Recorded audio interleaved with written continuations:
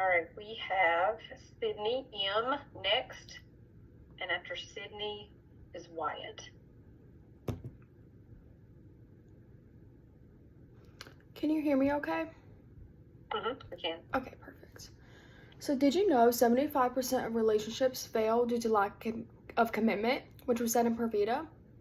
Now, when we talk about lack of commitment, we're really discussing the reasons as to why people will not commit. These reasons are usually the fact they think that they can either find better or get more out of someone or something else. These are considered to be the rewards or benefits. When people leave to go get better rewards, or they feel as if the risks of staying in a relationship are greater than the benefits, they will leave it, as said in the Introduction to Social Exchange Theory of 2022. But what if social exchange theory isn't always true? What if people stay in relationships not necessarily because the benefits outweigh the risks? These are questions that I will be exploring and answering today by using the background of the theory, the explanation, and finally, the critiques of the theory. So the social exchange theory was first brought to life in 1958 by George Homans.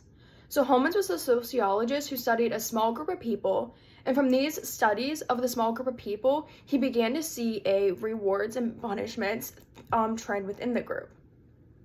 With other studies done, he was able to see that tangible and intangible rewards would sway someone to either stay or leave a relationship, which were said in the Introduction to Social Exchange Theory of 2022. So a good example of this theory taking place is when you're debating to whether stay in a relationship or leave the relationship. So in this scenario, you're weighing the pros and cons of being in the relationship overall. This theory reveals people's true intentions and being in relationships and even first starting to communicate with someone. Now, this theory seems simplistic in the way of thinking someone would obviously leave a relationship if the benefits aren't as good as the risks. But what if this isn't always the case? In the article, 7 Reasons Why People Stay in Unhappy Relationships, it's discussed that a couple of main reasons people stay in these relationships are to protect others or because they feel unworthy of other love. Although there are many reasons as to why people do stay in unhappy relationships, I'm going to focus in on these two as they really connect more with the theory. A lot of times people can be in mentally or abusive relationships and stay in it out of fear that someone else may get hurt in the process of leaving it. In this case, the risks definitely outweigh the benefits, but the person is still staying in it just to protect someone else. The second reason is not feeling worthy enough, which was shown in the Social Exchange Theory, a critical review of theoretical remedies, January of 2017. Self-esteem is the main reason why people struggle in relationships. Low self-esteem can lead to jealousy, which can lead to the downfall of a relationship. But it can also keep a relationship up and running in the way of not feeling like anyone else would love you and feeling like you deserve that treatment that you're getting in that relationship you're staying in. You could be getting no love, respect, or kindness from your significant other and really think that you just deserve that treatment.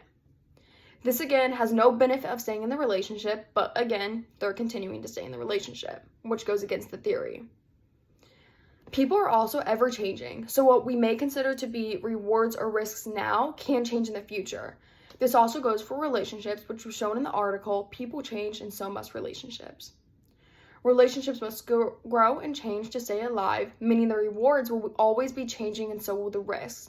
If at one point the risks will outweigh the rewards and you still decide to stay and wait out the relationship, and then if in the future the rewards outweigh the risks, then it just contradicts the theory altogether. Not only are there unhealthy reasons as to why people stay in relationships, but this theory also doesn't account for cultural differences. This means what I consider to be a reward may be different from what someone of a different culture may consider to be a reward. This means that this theory isn't inclusive at all, and that was shown in the Strengths and Weaknesses of the Theory in 2011. A good way to make this theory inclusive is by making it more generalized and less specific to what the reward may entail. For example, in the Introduction to Social Exchange Theory of 2022, the rewards are said to be material, non-material goods, like time, effort, money, approval, and power. The social exchange theory is one that leaves room for error in the way it doesn't account for all situations, cultures, and the fact people and relationships are ever changing. This theory should be more generalized to include more people and/or situations. Although it has been more accurate for multiple groups, it isn't accurate across the board. Thank you.